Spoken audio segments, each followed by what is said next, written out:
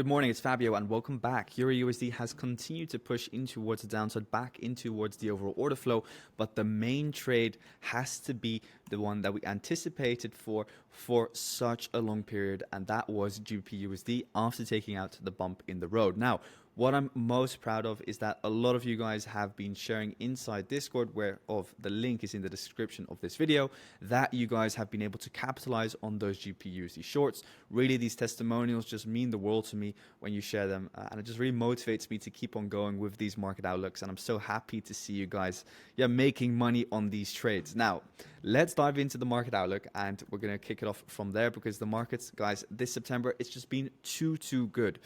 EURUSD, first of all, is back within its area of demand. Now, as I mentioned, with the dollar index coming in towards a massive swing low, and myself identifying this pretty much as an area of consolidation, which has the potential to see the dollar index push up a lot higher, I was very hesitant on looking for any potential trades here on EURUSD. Now, guys, we are back within an area of demand, and the market can start pushing up again from this area of demand as the overall market structure that we have here on EURUSD is bullish. So here we have the impulsive phase up, and now since this overall bump in the road here got taken out and we saw the overall continuation play out, we are again inside of the impulsive phase and now again underneath the overall break of structure line, meaning that we can start looking for potential long positions once again.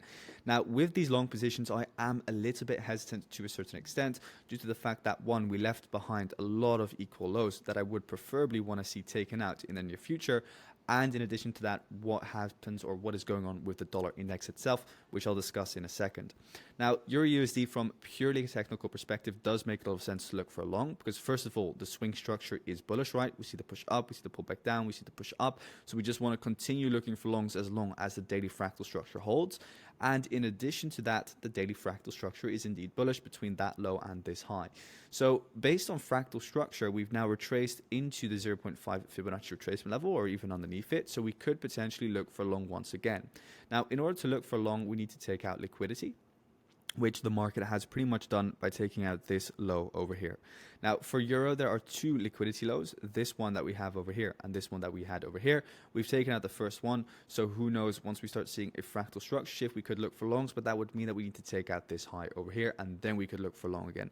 Therefore, preferably, I would want to see a stronger push down. So, for example, this low get taken out, then this here becomes the fractal high, and then we could look for long like this, or we wait for this low to get taken out, and then we look for long like this. Once the daily fractal structure shifts, then I'll shift my bias completely towards looking for shorts to trade back towards the overall liquidity low that we have positioned all the way here. And then once I'm in those shorts, I'll even be looking to actually trade towards the overall NFP low that we have here. And that's also kind of based on what I see on the dollar index. Now, as I've also been mentioning for the past few days, EURUSD is not the ideal trade that I want to express my overall bias in because I see that the dollar index has potential to push up higher, but EURUSD could be a hedge position in the form of a long against, for example, the GBPUSD shorts, which has been my main focus throughout September. Now, looking at the dollar index, we can see here that the dollar index has continued to push up higher from the overall liquidity low that we had over here, but also from the French kiss that it gave to that free monthly open. Again, too beautiful, guys. The free monthly open, you see what it does, and then from there we continue to push up higher. Now, obviously, we've come back in towards the weekly and the monthly open. What I'm now waiting for is for a fractal structure shift to take place. I mentioned this yesterday in the overall live stream. I want to see fractal structure shift because once fractal structure shifts, then we'll have fractal confirmation, monthly, weekly support to then push up higher, first of all, towards this bump in the road, and then additionally in towards this overall higher a bump in the road of the 1st of August, which is the NFP high, which is mostly a week high. Now, for me, the dollar index has been pretty much within this range. And in addition to that, we kind of have like this descending structure where we have a one low, a second low, and then we have this overall descending channel where overall, when we have a descending channel after an overextended move has come in towards the downside, this is mostly a sign of a reversal, okay? So when we see a descending channel, it's a sign that we're going to head up higher. When you see an ascending channel, it's a sign that we're going to head down lower. Now, the perfect ascending channel is, for example, GBPUSD, where you can see here 1, 2, 3, and then sell off in towards the downside. So that's why I'm looking for something similar here on the dollar index, where we see a 1, 2, and then a fake out on the second low. That is often enough to mature the overall descending channel to then head up higher. So that's why I'm looking for the daily fractal structure shift to confirm that the dollar index wants to head up higher. And then once that happens, then I'll look for a lot more GBPUSD shorts, as GBPUSD is, in my opinion, the better pair between, for example, EU and GU to express that overall dollar long bias. Now, we are inside of the extreme of this kind of like supply zone, so do keep in mind we could sell off at any point in time. So let's monitor what happens, but preferably I would love to see dollar longs take out all of these descending highs and really just play with everybody's brain, because everybody's obviously thinking the dollar is going to sell off even more after those rate cuts. Now, again, I could be perfectly wrong, and this is not even happening yet, because at the moment the bias is still a short position, right? Based on what? Well, based on the fact that the fractal structure is still bearish, we're still in supply, and we still have the weekly and the monthly open in the way. So I'm getting a little bit ahead of myself, so don't say Fabio said, oh, the dollar longs. The dollar longs can come into fruition if we see what we need to see, okay? That's extremely important to understand. But here's some background story on why I potentially see us heading up higher. Then to look at GBPUSD, what can we say? Again, back down towards the monthly low. Guys, I've been talking about this chart for the past month or two with so much precision. You guys know it. We have the 1, 2, 3 in towards a bump in the road, and then we sell off like a madman in towards the downside. Now, the green phase here is the overall impulsive phase. Within the overall impulsive phase, we have 2 bumps in the road. We mark out those bumps in the road as this high and this high, and you can see both highs, both bump in the roads. The first one gave a 260 pip push. The second one has given a 200 pip push so far. So much opportunity. So when we come in towards that bump in the road here, what do we see happening? We see a 4-hour change of character happen. Again, over here, exactly as last time. Remember, we came into the bump in the road, and what do we see? We see the 4-hour change of character happen, and then we sell off. Now again, 4-hour change of character happens, we see the sell off. The only thing here is obviously that the overall swing high is pretty big, so the stop loss was a little bit bigger. But again, such beautiful price action. And then yesterday, you guys remember it in the market outlook, I was saying, let's have an eye open for the overall high that we had over here. We take out this high, and then what do we wait for? We wait for the change of character high broken, change of character high broken, change of character high broken, and then change of character low broken. And that's then the overall trade that you want to be in. And I know a lot of you gone into that overall short position on GU, so congratulations if you were in that. Now for GU, obviously then the higher time frame setup, which I preferably want to take, is then the 4-hour fractal break, as we can see over here. Now for skill wins, if you miss GU, this is what I would be waiting for. Again, wait for us to take out kind of like New York high of yesterday, come a little bit up, and then give us the overall manipulation that we want to then see the change of character, and then we can look for further shorts, because we need to take out the bump in the road. This is the overall impulse down. This here is the bump in the road. If we take that out, then we can look for shorts once again. So don't look for shorts now. I'm also not looking for longs, despite us being at the monthly open, because momentum is in towards the downside. But this is kind of like the short position that I'm eyeing up here on GU. As we are currently in what? We're currently inside of the daily impulsive phase. So we're only looking for shorts, and I'm personally not looking for longs, all the way back down in towards this low over here. So let's see if we will fulfill this. I'm keeping my eyes open.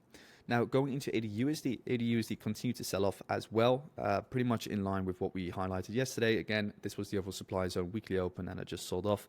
No real rocket science there. All I can say is congratulations if you took it. What did it do? It took out this bump in the road over here, and then it sold off. So as we mentioned, yeah, again, yesterday's video, shorts with the overall kind of like better play. It's kind of coming back down towards the 0.5 fib again. So let's keep an eye open for that. I wouldn't really want to be in any shorts anymore. I think the real shorts already played out from this supply zone over here. And yeah, for me, AU is kind of like a gone case for now. I would focus more on a GU. And then once the dollar index shifts its overall daily fractal structure, then we can focus on that pair once again. Going into NZDUSD, that thing has been dropping like an absolute bomb. What can I say? Didn't even come back for the overall retracement. But again, guys, some very clean price action. What have we seen? Impulsive phase over here in towards the downside. Then we have obviously gotten here the bump in the road. Bump in the road gets taken out. And then here was a little bit of a fake move with CPI. So you shouldn't have been caught up in that sell stop. But then obviously here in towards the highs, we see the 4-hour fractal structure shift here happen at the top, and that's then when you can get into the sell.